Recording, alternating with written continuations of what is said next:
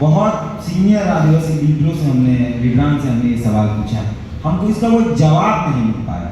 हम इसलिए ये बातचीत कर रहे हैं। सबसे पहले तो हम लोगों को ये बात मान लेना चाहिए, क्योंकि जो यूनिवर्सल एक्सेप्टेंस रहता है वो हमारे लड़कों को, हमारे युवकों को, हमारी युवकों को नहीं दिया जाता है।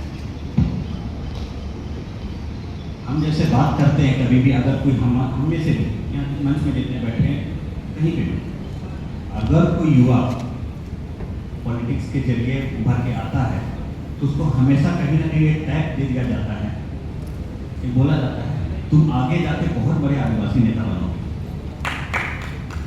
वो ये नहीं बोलता है कि तुम आगे जाके बहुत अच्छे नेता बनोगे, हम लोगों को एक टैग दिया जाता है कि तुम आगे जाके बहुत बड़े आदिवासी नेता बनोगे। ये जो यूनिवर्सल एक्सेप्टेंस है इसकी कमी है। और कहीं ना कहीं जो हमारा रिजर्वेशन है उसको फ्लोर, उसको धरातल के बजाय उसको सीलिंग, एक छत का रूप दे दिया गया है कि हम उससे ऊपर नहीं जा सकते। तो इन सब चीज़ों को लेके, क्योंकि कहीं ना कहीं हमारे जितने ट्राइबल्स, हमारे जो यूथ हैं, और कहीं ना कहीं हमारा जो पुराना जो संबंध है ज़मीन से, हमारे लोकल इशू से, तो कहीं ना कहीं हमारे इशू हमेशा लोकलाइज रहा है।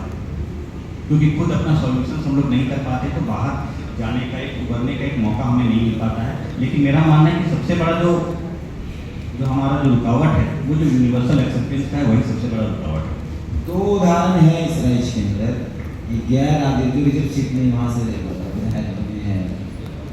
आदिवासी को बबला गंडी का उदाहरण है, दूसरा गांडे का उदाहरण है। गांडे सिर्फ अभी का उदाहरण नहीं, गांडे से पहले भी सालखन सोरेन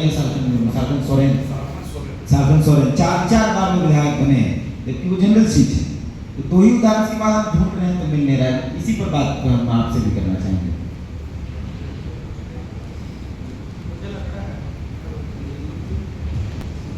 मुझे लगता है कि आप जैसा भी कह रहे थे कि हर विधानसभा में आदिवासियों की आबादी बहुत है, और बहुत सारे आदिवासी जो युवा हैं, चाहे वहाँ के सामाजिक कार्यकर्ता हैं, वो हमेशा कुछ ना कुछ आंदोलन कार्य करते रहते हैं। मगर जब चुनाव का वक्त आता है तो हमारे आदिवासी नेता या आदिवासी जो प्रत्याशी के रूप में जब खड़ा होते हैं तो आदिवासी समाज ही उसको वोट नहीं देता है, जिससे उसको लगता है कि हम कहाँ चुनाव लड़ेंगे। और जहाँ तक रही रिजर्व सीट की, तो कहीं ना सब कोई अपनी महत्वाकांक्षा रखती है कि अगर आज नहीं कल हम चुनाव लड़ेंगे। तो इसको, इस सोच को हम युवाओं को बदलना होगा, और कहीं ना कहीं हमको जो गैर आदिवासी सीट है, जहाँ सामान्य सीट है, वहाँ से आदिवासी प्रत्याशी को देकर चुनाव लड़ना होगा, चाहे निर्दलीय हो, चाहे वो पार्टी बेसिस पे हो, और पूरे आदिवासी समाज को उसको जिताना पड़ेगा। तब उनको लगेगा कि मैं वाकई में यहाँ का लीडर हूँ। स्वराज, आप तो इस सवाल से, इस बातचीत से तो कोरिलेट करते हैं, क्योंकि आप जिस विधानसभा से आते हैं वहाँ अच्छी खासी आबादी है और जीत हार तय करने वाली आबादी है। बैरन विधानसभा पड़ता है इनका, जीत हार तय करने वाली आबादी है। लेकिन सिर्फ जो रिजर्व सीटें हैं वहाँ की जिला परिषद की या पंचायत समिति की या मुखिया की, उसके अलावा ग्लोबल लेवल में वहाँ हम खुद उस जिले से आते हैं या उस विधानसभा से आते हैं। एक पार्टी है, पार्टी ने जिलाध्यक्ष बनाया है, वहाँ तक ही सब कुछ चीज़ें सीमित हैं। लेकिन मूल रूप से जो आदिवासी मुद्दे वहाँ आनी चाहिए आदिवासी युवाओं की तरफ से, पुराने लीडरों की तरफ से, वो नहीं आ पाती। आपका इस पर क्या मत है? सहमत है या आप भी डिनाई कर सकते हैं उनको? मैं बिल्कुल सहमत हूँ कि कहीं ना कहीं इसमें हम जो जितना आदिवासी युवा नेता अपने आप को समाज के लिए हम लोग काम कर रहे हैं, अभी तक हमने अपने समाज को नहीं बता पाए हैं कि हमारी आबादी क्या है और हमारी भागीदारी क्या है। किस दिन ये हम समझा पाएँ अपने समाज को, हमारी आबादी इतनी है और भागीदारी कितनी है।